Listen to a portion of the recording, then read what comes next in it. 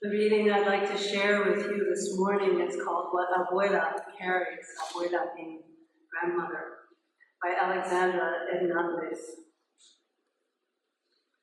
Abeula carries a large wooden spoon to stir the pot of the hearty sopa we use for healing, for a cold, a bad day, for a broken heart, especially then.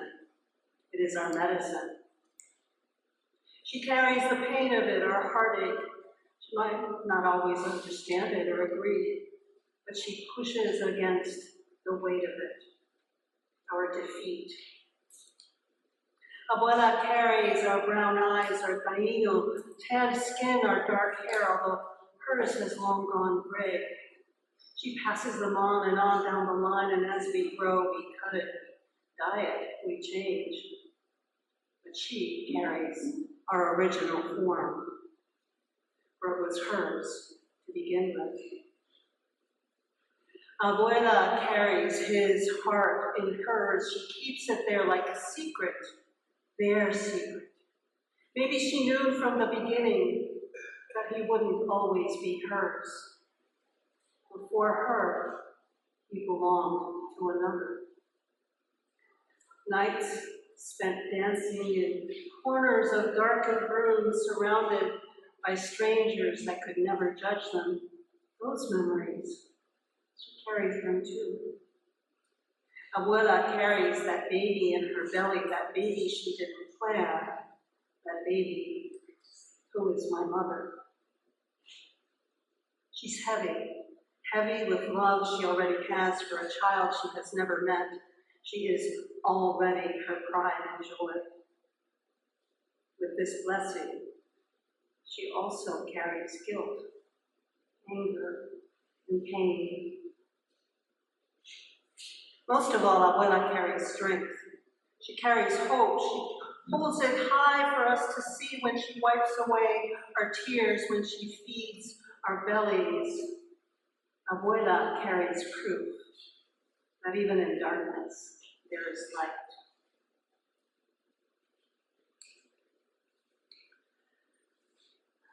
My abuela carried light in darkness. My abuela stood maybe 4'11" on a good day. The story in the family was, and we know about family stories, but at least in my family, some embellishment seemed to be a requirement. Nonetheless, the story in our family was that her feet were so tiny, of course, a sign of great elegance, that she had to wear the sample-sized shoes they used to put in windows 60, 70 years ago of shoe stores. I don't know if that is true, but it makes me smile, and I know that her feet were, in fact, tiny. She was gifted. When I say gifted, I can't even emphasize it enough. She was an amazing cook. I had the opportunity to live with my mommy and my papi when I was a little girl for a few years. And her arroz con pollo, her rice with chicken, would make your eyes roll back in your head.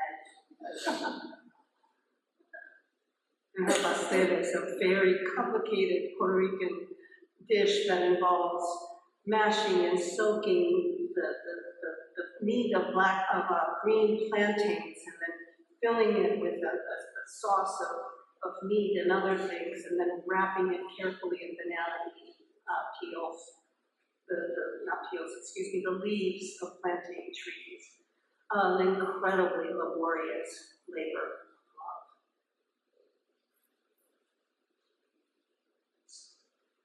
In my eyes as a child,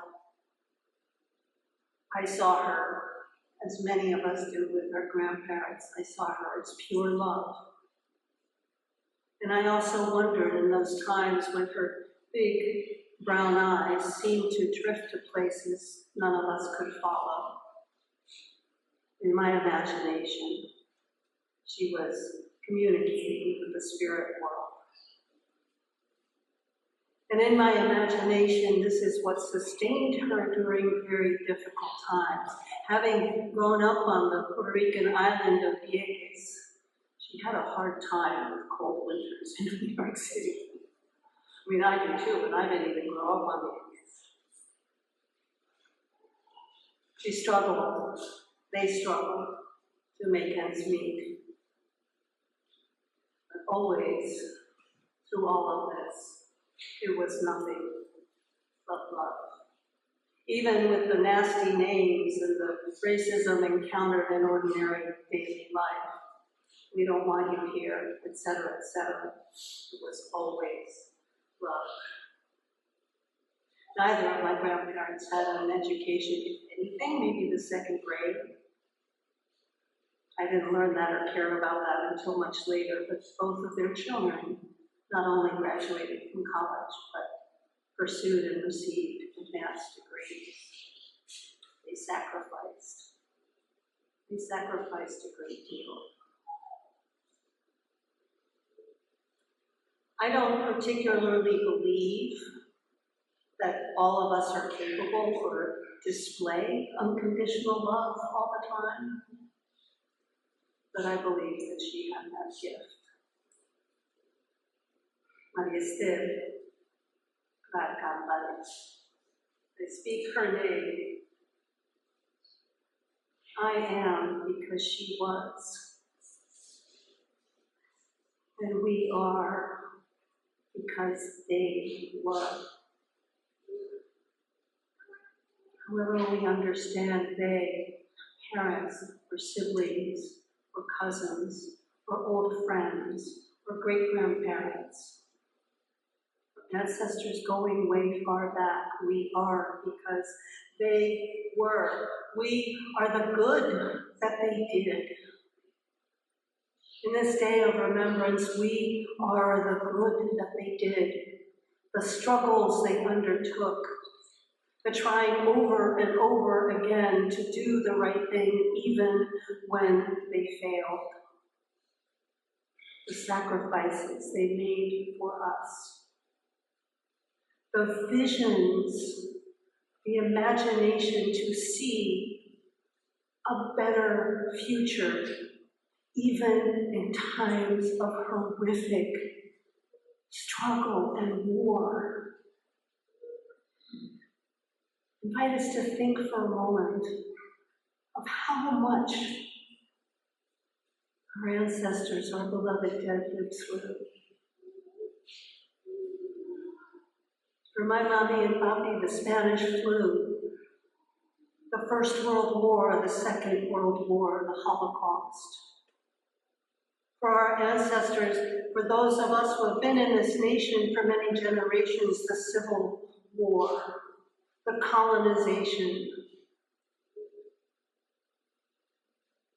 the oppression,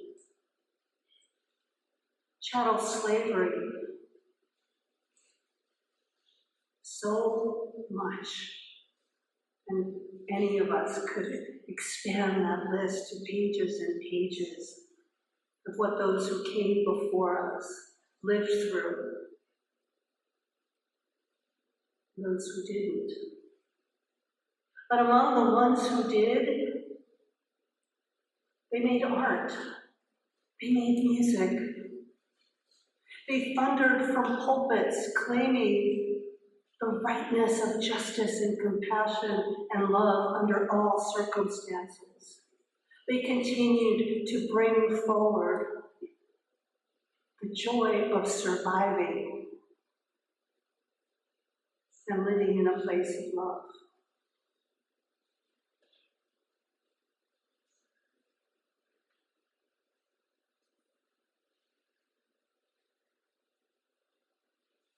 Our ancestors, our beloved dead, the people who shaped us, the ideas that shaped us, have created, whether we choose to connect to it or not, have created a place for us to experience comfort and a relief from being alone.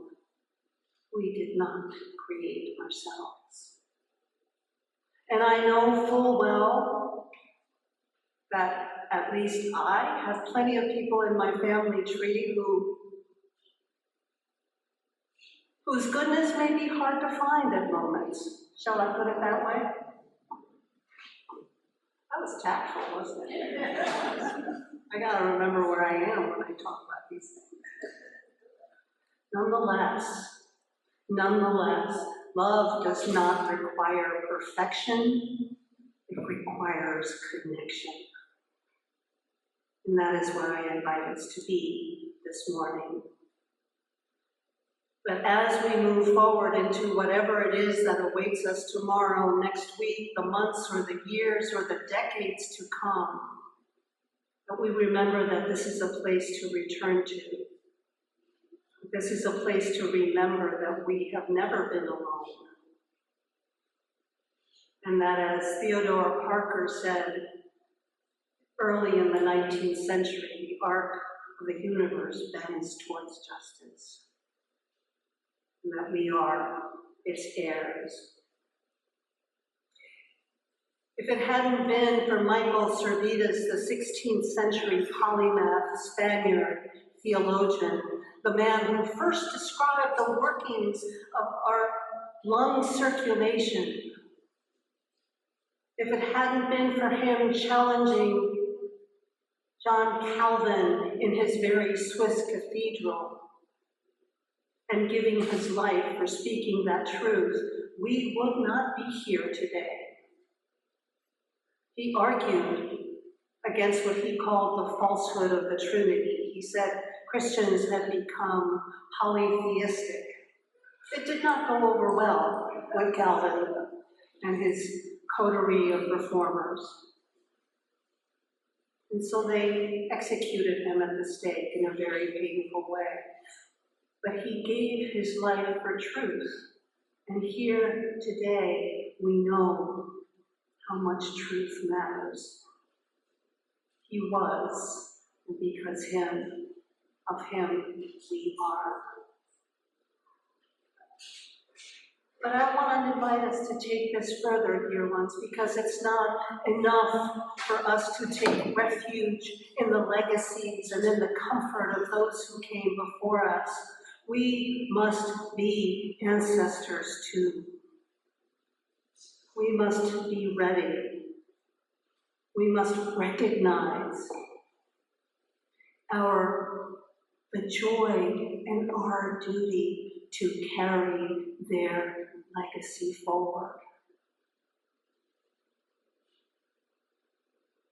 Maybe not the bad parts, but certainly their willingness to survive and not give up.